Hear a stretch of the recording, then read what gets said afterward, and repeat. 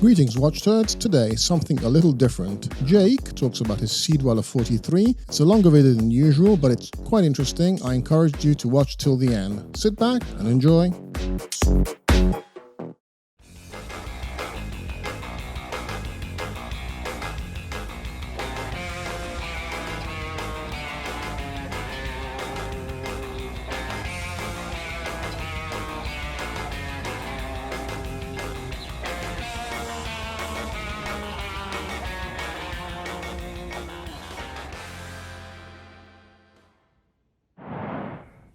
Hey, it's Jake from A Curated Confluence, here to talk to you today about the Sea Dweller 43 126600 SD43. Some of you know it by the 50th anniversary Sea Dweller. Some of you guys know it by, I'm going to try to focus in here a little bit. I'm having a hard time with the setup that I have and getting this in focus, but you know which watch I'm talking about. There's tons of content online. People far smarter than me running through the specs, talking about the 3235 movement, the history of the Sea Dweller in general, but that's not what I'm here to talk to you about. What I wanted to talk about is why on earth I would have gotten rid of my 114060 Submariner with no date and bought this watch. Because that could be a controversial decision, in the watch enthusiast community. If you do look at the tastes of the day, the Sea Dweller 43 can be seen as being far too big of a watch. More specifically, regarding the Sea Dweller, a lot of people think that it's actually sacrilege to have a Cyclops on a Sea Dweller because traditionally they didn't.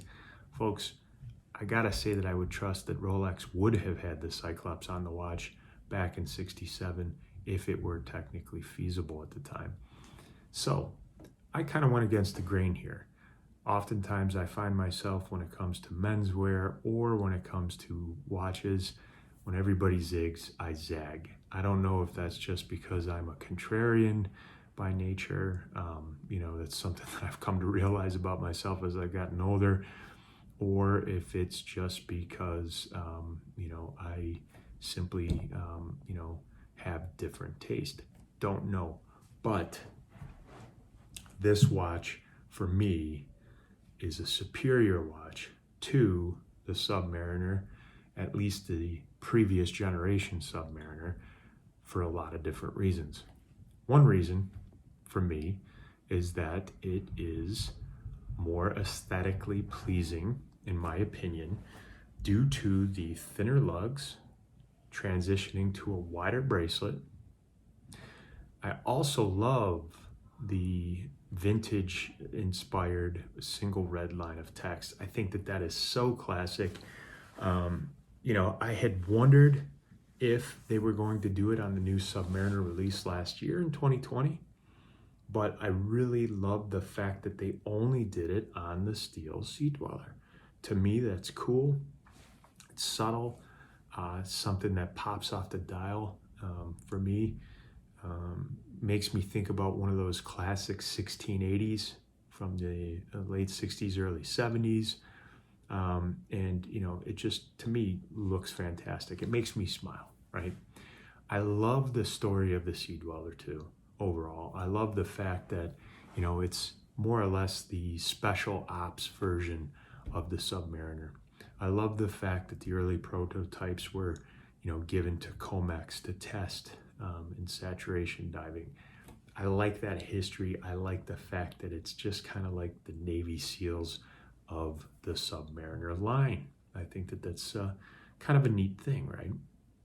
So those are the reasons why I like this watch. So at the end of last year, after having my 114060 for almost 7 years, that watch served me extremely well. I just could never really get over, since the day I purchased it in 2014, the maxi case and the way the lugs transitioned to that 20 mil bracelet. Any of you that have had a previous generation Submariner, you know what I'm talking about. Those watches wore larger than 40 mil. They wore more like a 43 mil anyway. I know they're thinner, but here's one of the other points of discussion that I wanted to bring up today in regards to the size of the Sea Dweller 43. I had placed my order for the Sea Dweller 43 in November of last year. I had sold my Submariner to free up some cash. I had also purged some other watches that I had, acquired in the meantime. I wanted to get my collection down to, a manageable size. So I only had 2 watches at the end of last year when I decided I wanted to buy this Sea Dweller 43. Went to the AD, put an order in, put my deposit down, fully expecting to wait between 6 months to a year, maybe even longer due to COVID. And I was okay with that. I knew what I wanted, found out about this Sea Dweller 43, was ready to wait. I placed that order in early November of last year. Now, it was wild that the watch came within a month. I was extremely lucky and very happy, but a month is enough time to consume a lot of watch content. And that's what I did. I read every forum entry about this watch on the Rolex forums. I watched every video review. I read every review that had been in print. You name it, a blog to watch, Hodinkee, Time and Tide, etc., etc.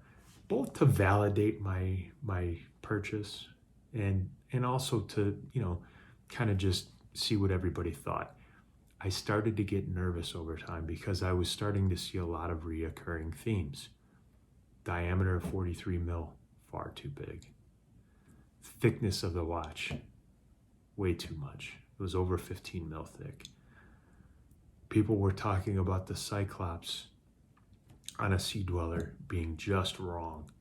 And another thing that I saw quite often is people saying that you needed to have at least a 7.5 inch, and I don't know where that number comes from, but that was consistent in a lot of different forums that I saw and a lot of different comments that either that the reviewer would say their wrist was too small, or people literally saying you needed to have at least a 7.5 inch or larger diameter wrist in order to pull this watch off.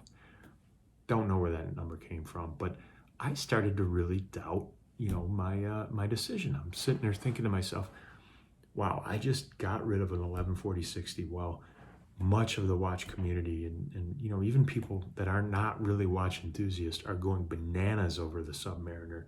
Wait lists are between 1 year to 3 years long. And I sold mine in order to buy a less popular watch. And I started to really, second guess myself. So I had to stop. After a couple weeks, I just said, listen, wait till the watch comes in, make up your mind when you've put it on your wrist. With the Rolex, you can do that because you know that you're going to be able to sell it for at least what you paid for. You're not going to be out that much money if you do lose a little bit. But, in most cases, you're going to come out even or maybe even slightly higher. So I was comfortable with it. I had learned my lesson with some other brands in 2020, trying a lot of different types of watches, them absolutely not resonating with me and me selling them. But in this case, I wasn't as concerned because Rolex brand equity is there. So I stopped listening to what I, had read. I stopped watching reviews. I didn't want to think about it anymore. Got that call from the AD. Couldn't believe how quickly they got my watch in. And man, was I happy when I tried it on. Got there, put it on my wrist right away. I said to myself, this does not feel much bigger than my 1140-60 did. It just doesn't.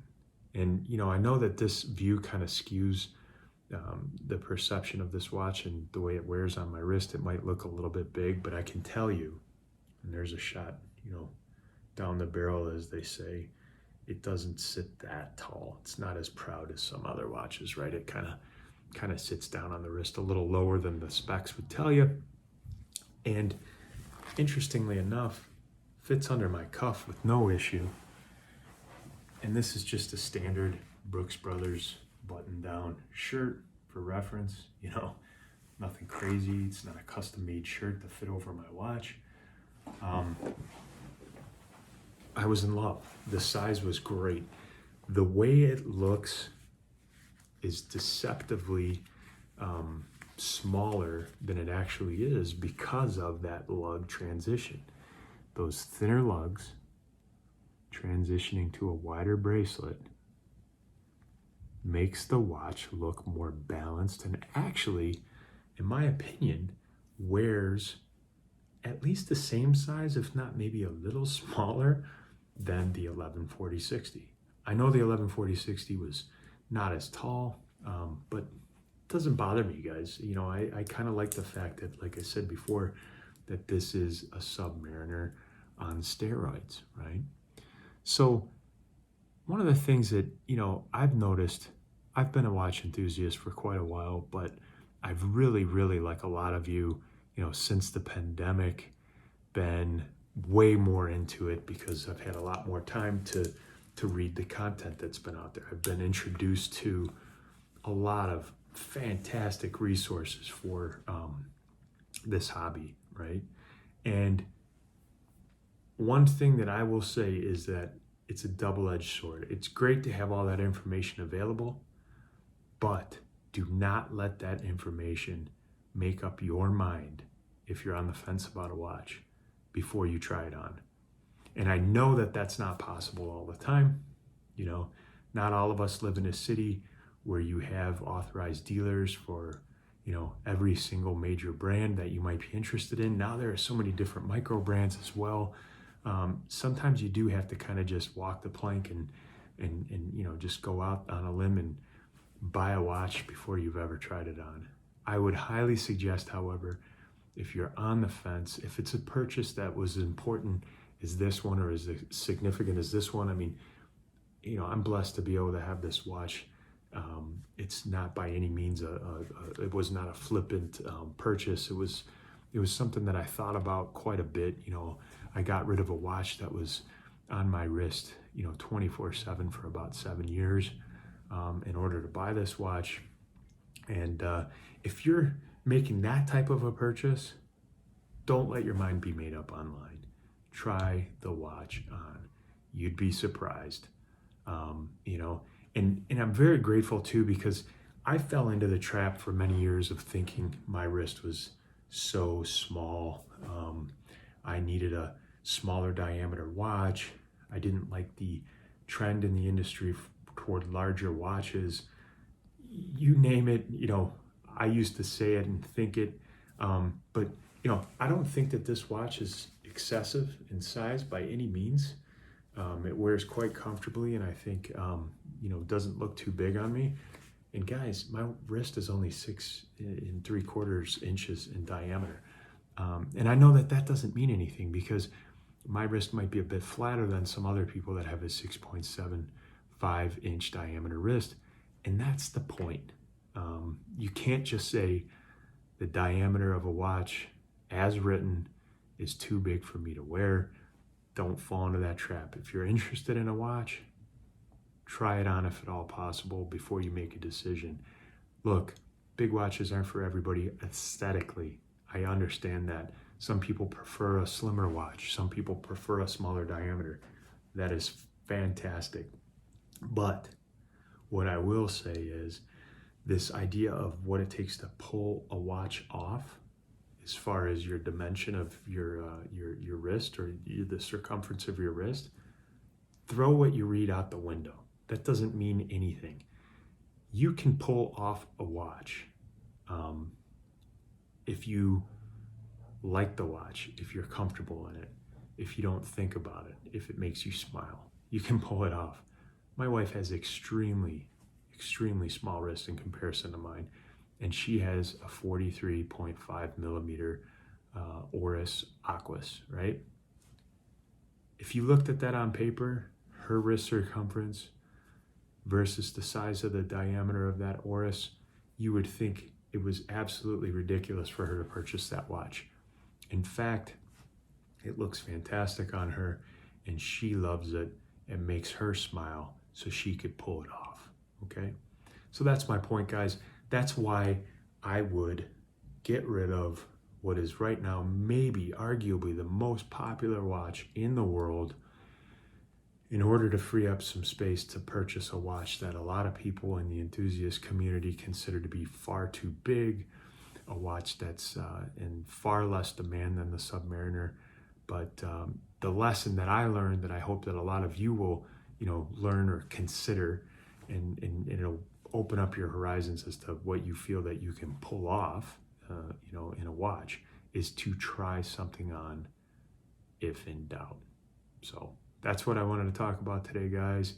As always, you can reach me on Instagram at A Curated Confluence. This is my vehicle for discussing some of the things that I love that are near and dear to me, like classic menswear, sports, health and fitness, and of course, watches. Thank you, and we'll talk to you soon.